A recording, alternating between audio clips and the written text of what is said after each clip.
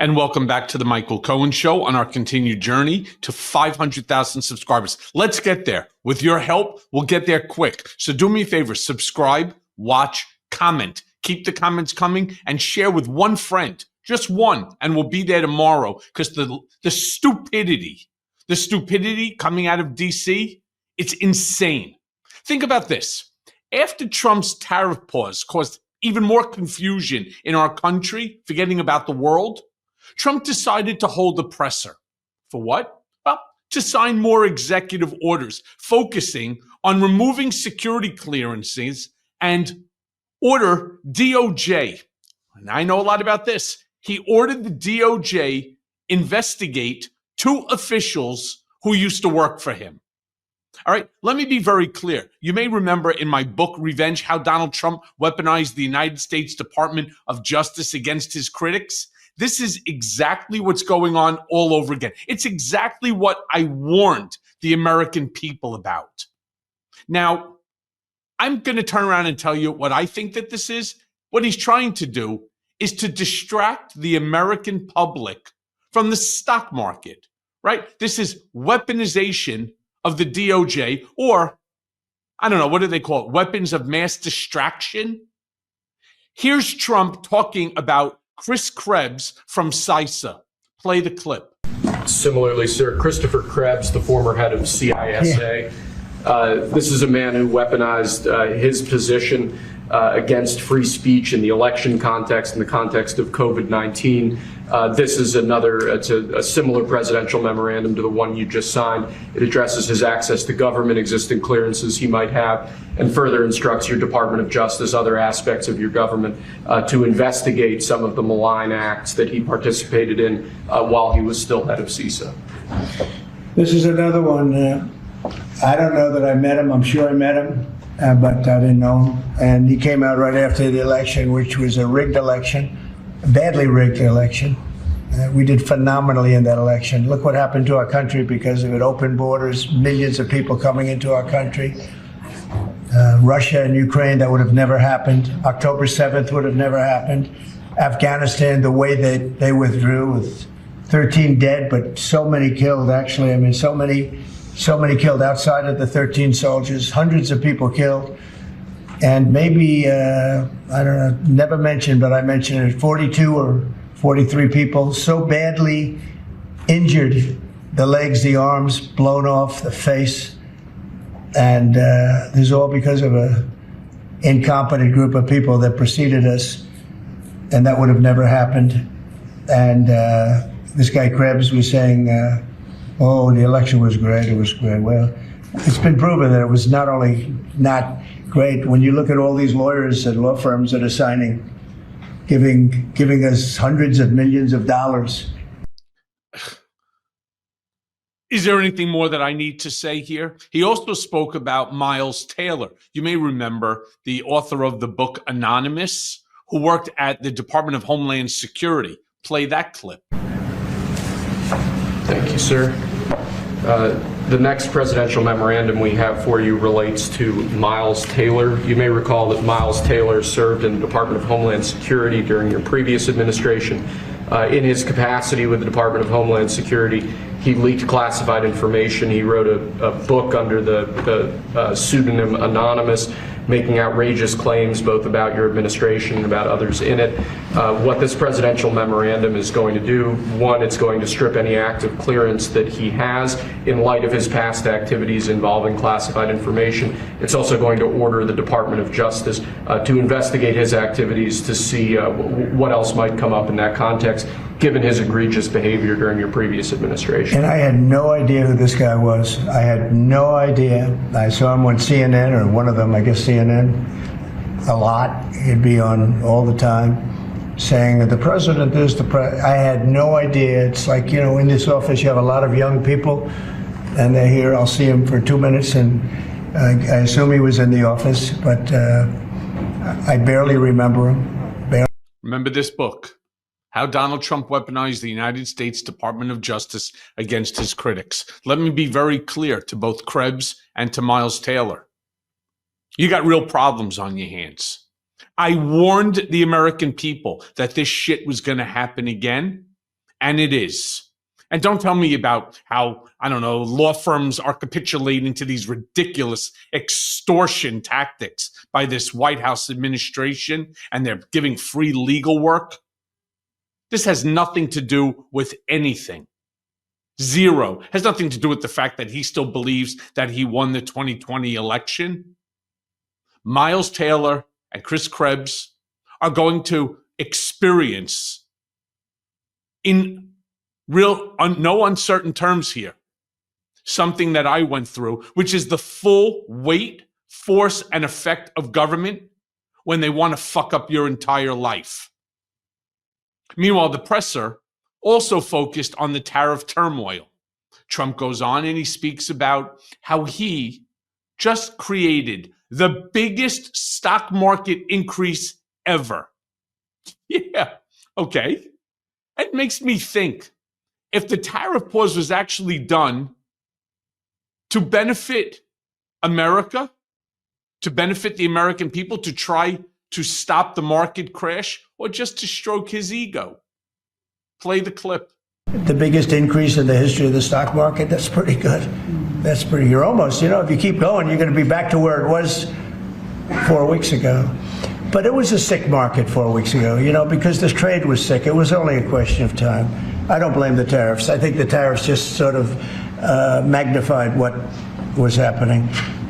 And as of this recording, right now, the market is down 1,100 points. Yeah, it was the largest in, I think they said 16 years. But you know what it also was? It was the greatest loss to the economy in the history of the United States. Meanwhile, a reporter goes on and he asks when he came up with the idea for the pause. Play that clip. Thanks. For the past few days, we've heard from this administration, no pause. Was this idea of doing a pause, did that just come about this morning? Can you tell us exactly what came into consideration for you and your advisors? For a period of time, I wouldn't say this morning. Over the last few days, I've been thinking about it. I've been dealing with Scott, with Howard, with some other people that are very professional. And I think it probably came together early this morning, fairly early this morning. Just wrote it up. We didn't have the use of, we didn't have access to lawyers, or we just wrote it up from our hearts, right? It was written from the heart. And I think it was well written too, but it was written.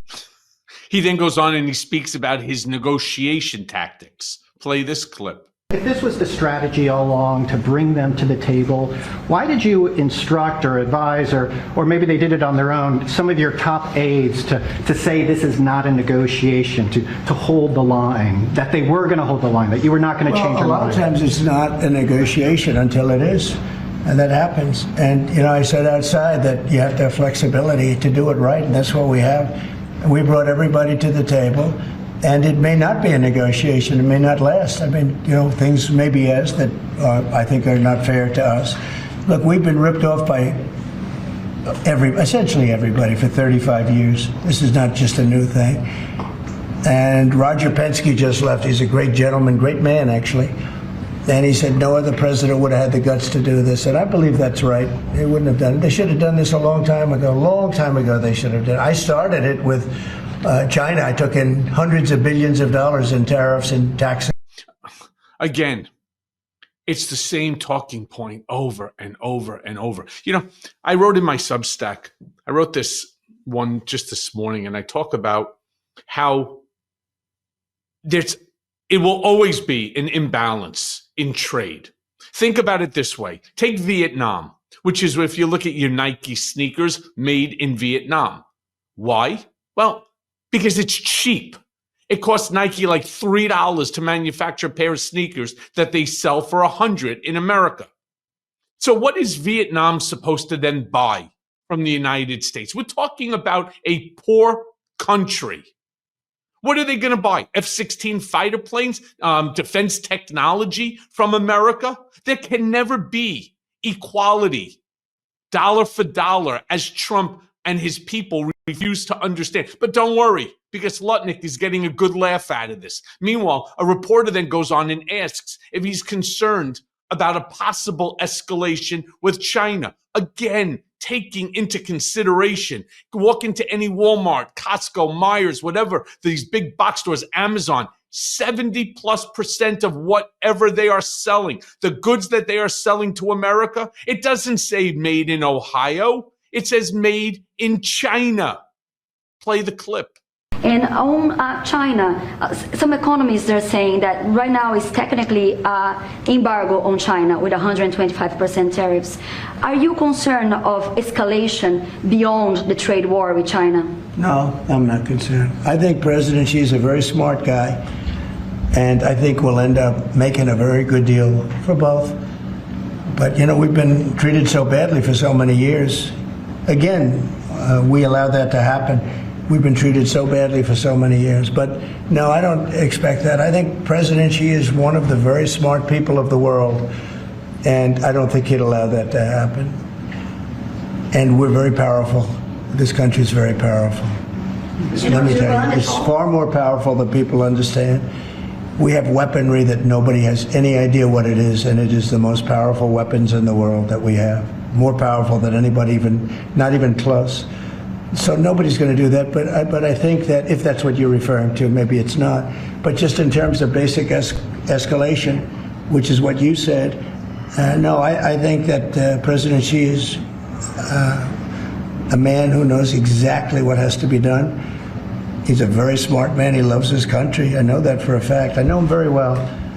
And I think he's going to want to get to a deal. I think that's going to happen. We'll get a phone call at some point, and it'll be off to the races. It'll be a great thing for them. It'll be a great thing for us. It's going to be a great thing for the world and for humanity. Did he just turn around and escalate the concept of a tariff or a trade war to a military incursion? Right? We have the strongest, we have the best weapons and so on. We're talking about tariffs on products, on manufactured products. Trump also goes on and he speaks about Biden. I mean, much like his ridiculous, I don't know, numbskull comment the other day, it could be interpreted, if you listen to it, that Trump once again is talking about himself. Play the clip. Stupid people. Maybe corrupt. I don't know. I don't know how you can be that stupid. How do you get to be president and you're stupid? But they. I don't know. I don't know. He also spoke about blaming the president.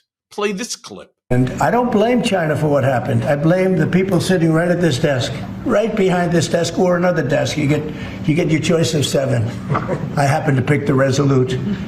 But I blame the people sitting behind in this chair or behind this desk for being stupid, incompetent, or not having courage. This should have been done years ago. Yeah. Now, if you can even believe it, he continues the distraction by signing. You can't make this shit up, my friends. The weapon of mass distraction continues by the signing of an executive order about water pressure. Yes, water. W-A-T-E-R. Water pressure. Play the clip. The first of these is an executive order. The Biden administration launched what you've called a war on showers. They had certain regulations that basically killed the water pressure of showers and other water appliances. You can say it. Go ahead. What are the appliances? I mean, it's everything, sir. Sinks and toilets. Dishwashers, toilets, sinks. But the shower heads are a There's huge no water. You don't get water. It's ridiculous. So with this executive order, we're effectively going to be reversing that set of regulations to ensure that Americans have choice in the consumer market. If they want a low-flow shower head, they can buy one. If they want a real deal shower head, they should have the ability to get one. That's true. You buy a new house, you pay a lot of money, and the developers, you're not allowed to do anything more. They put restrictors on. They used to have a restrictor where you could take it out, but now they weld it in. And you take a shower or wash your hands, whatever you do, including dishwashers where no water comes out. But you wash your hands, and in my case, I like to take a nice shower to take care of my beautiful hair. I have to stand under the shower for 15 minutes till it gets wet. It comes out drip, drip, drip. It's ridiculous. And what you do is you end up washing your hands 5 times longer. So it's the same water. What a lie. In fact, anybody that's watching this, how's your water pressure? And if you thought that this was stupid, Transportation Secretary, let me say that again. Transportation Secretary Sean Duffy goes on television, live television, to speak about water pressure. We're talking again about Transportation Secretary speaking about water pressure. Play the clip. But the president's talking about shower heads. You don't have enough water that can come through your shower head because of Biden's regulations. And so again, fixing small things like that, hopefully it's going to get to dishwashers. Wouldn't it be great if dishwashers worked again, where you don't have to wash your dishes first and then put them in the dishwasher to actually get a little heat on them? I mean, common sense stuff he's doing. No, 100%, sir. And like, I'm so glad that we were able to. 100%, sir.